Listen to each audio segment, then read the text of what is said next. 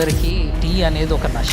Gutka, cigarette, liquor ఇవంతా నష. ఈ అన్నిటికంటే మన చాయ్ బెస్ట్. మా ఫాదర్ అంటారు, customer is god, employees are our family. Let's all welcome our Shashank గారు.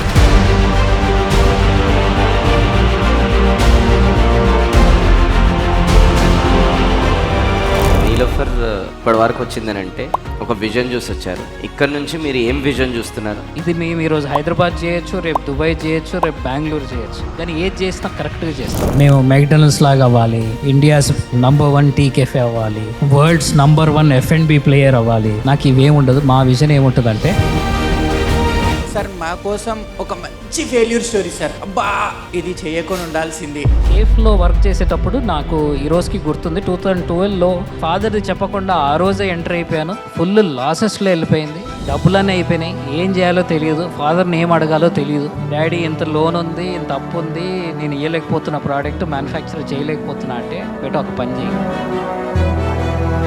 ఒకటేసారి ₹1 కోటి తీసుకొచ్చి బిజినెస్ మీద పెట్టి లాస్ అవ్వటం కన్నా స్కేలప్ చేయాలంటే ఒకటేసారి 100 కోట్లు తీసుకొచ్చి పెట్టాలా? దేనికైనా స్కేల్ చేయాలంటే ఒక 2 టెక్నిక్స్ ఉంటాయి. మన దగ్గర ఎంత శాలరీ, హైయెస్ట్ శాలరీ ఇస్తున్నారు? మా దగ్గర హైయెస్ట్ శాలరీ